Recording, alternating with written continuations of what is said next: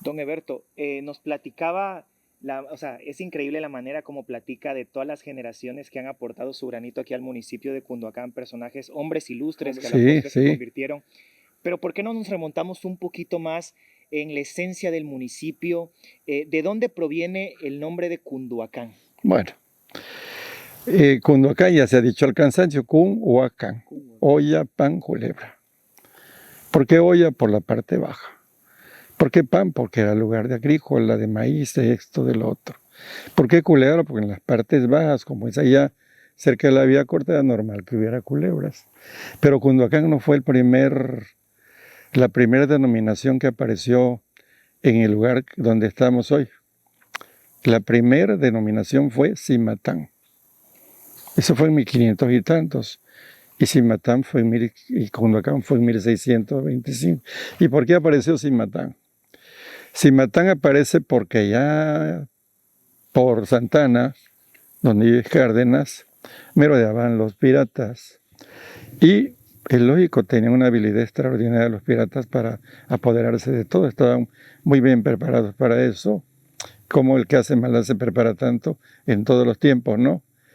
Y allá vinieron los habitantes que ya ven llamados Ahualulcos, y se vinieron a establecer en este lugar y le denominaron Cimatán, que significa lugar de gentes de ponzoña, de lepra, de rasquiña, de mucha participación, junto con, es de origen náhuatl. Cimatán, bueno, ya tenemos a Cimatán de este lado, Santiago Cimatán, de este lado, Santiago después de la conquista, Cimatán antes. Cimatán fue el último lugar que se rindió a los conquistadores. Bueno, ya teníamos a Cimatán, pero ya teníamos a Cucultiupa, que significa templo de los enfermos. Y efectivamente, así la gente de Cimatán es participativa. ¿Dónde hay más movimiento? En Cimatán. Porque ese parquecito siempre tiene y esa cancha siempre están jugando. Porque ya lo trae la gente y se preocupa por pintar sus casas y todo eso. Estas personas, ¿por qué traen aquello? Los de Cimatán son gentes participativas. Donde la gente más vota es en el que luego se denominó Barrio Cimatán, era Pueblo de Cimatán. Bueno, surge Pueblo de Cimatán como consecuencia de que huir de los piratas. Surge Cucultiupa, que significa Templo de los Enfermos. Y si ustedes van ahorita ahí, encuentran más puertas cerradas de donde están las oficinas de tránsito hasta llegando a donde está el plantel 6, que en la parte de Cimatán. O sea, es un lugar triste, es un lugar de puertas cerradas. Significa Templo de los Enfermos. Pero ahí se va Pechucalco, que tiene que ver con puercos, con esto, con lo otro. Puercos de animales. Luego sigue Huimango, tierra de grandes hombres.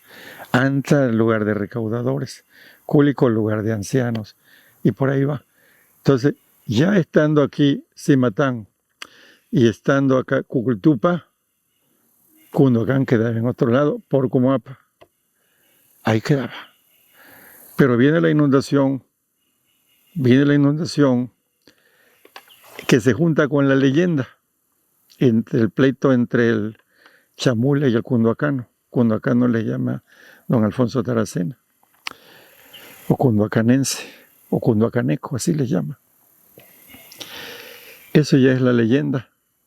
Viene una inundación y aquellos habitantes cunduacanos que estaban en la olla, en la parte más baja, se vienen para acá. Se establecen en medio, entre Cimatán y Cucultupa. Y empiezan a dominar, hasta que todo se llama Cunduacán. Y ya quedan aquellos lugares como barrios nada más. Sí, así es como Cunduacán nace. Lo de la leyenda a mí me llamó la atención desde siempre. Se cuenta que en un tiempo como este, estaba en los Coletos, ahí cerca del centro, y se estaban establecidos, y se dio un pleito entre un chamula y un cunduacano, y como era lógico ganó el cunduacano. Se fue ardido el chamula junto a su gente para allá, a los brujos de acá, pero los de acá también se prepararon y juntaron a sus brujos. Y allá prepararon una serpiente para que atacara, y acá prepararon un rayo. Y al encuentro del rayo de la serpiente, se dice en la leyenda que desaparece el viejo Cundhuacán. Llegó a un lugar que se llama Pueblo Viejo. Hay una calle en Cundhuacán que se llama Pueblo Viejo. También, para que vean lo que es la fuerza de la tradición y de la leyenda. Ya como consecuencia, ya se vinieron para acá, al hundimiento, al choque de entre la serpiente y el rayo y la serpiente, se vinieron para acá los cunduacanos. Se establecieron a la orilla del río Banderas. Así se llamaba el río Cundhuacán, que yo lo conocí todavía. Ahí me bañé todavía. Y empezaron a dominar. De ahí viene todo eso. Yo lo encuentro significado tiene mucho que ver con maya, tiene que ver con náhuatl, el lenguaje que se maneja. El lenguaje que se maneja. Cimatán, Cucultiupa tiene que ver con todo eso, Cunduacán tiene que ver con todo eso. Pero hay que acomodar el sentido de, vamos a llamar en términos generales, de las cosas, para darles la valoración que debe dárseles. Quedamos a 10 metros sobre el nivel del mar, en una parte plana. No lo estoy inventando nada, esto lo he vivido. Aquí nos inundamos fácilmente. Entonces es natural que allá donde estaba Cundhuacán quedaba más bajo. Ya existía Cundhuacán allá, pero no existía donde está hoy. Existía Cimatán Pueblo, aguerridísimo, bravísimo, bravo. Existía Cucultiupa, tranquilo. Huimango, tierra de grandes hombres. Público, tierra de gentes grandes. Tanta lugar de recaudadores, etcétera, etcétera. Y se manejó una fecha convencional que yo la respeto. El 8 de septiembre de 1625. La prueba de que ya existía antes Cimatán, y vayan a la parroquia y hay una campana que dice 1611, para que vean que ya había otras expresiones de gentes antes de que se entrara el dominio, porque lo que pasó con Cundhuacán fue que dominó. Ya cuando entró a Cundhuacán los cimatanes ya estaban controlados, no eran tan bravos. Los bravos eran los cimatanes. Los Cucultiupas no, los de Pechucalco no, los de Anta, los de Culiacán, los de Copilco, los de Chacalapa eran más tranquilos, que tienen el mismo origen. Pero el detalle es que ya cuando entraron, empezaron a asimilar, hasta que todo se denominó Cundhuacán, hasta la fecha de hoy.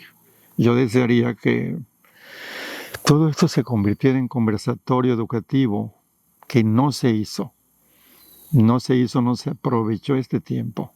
Ojalá que todavía de aquí a septiembre podamos hacerlos, para que se entienda por qué somos así. ¿Por qué nuestra afinidad con la cultura? En Cundhuacán la cultura no es un accidente. No es posible. Tener a un José Eduardo de Cárdenas, el primer intelectual de Tabasco, tenía todo en lo que era el Distrito Federal.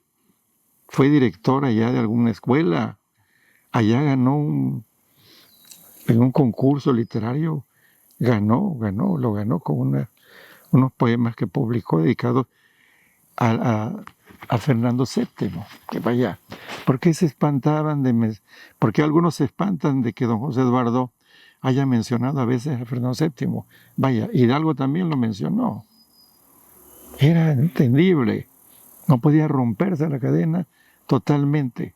Tenía que ser paulatino, paulatino, como se fue dando, hasta que entre 1810 y 1821 ya ya se pactó la independencia de México de España, ya se acabó el término del rey y el virrey, ¿verdad? Pero bueno, habló de don José Eduardo de Cárdenas.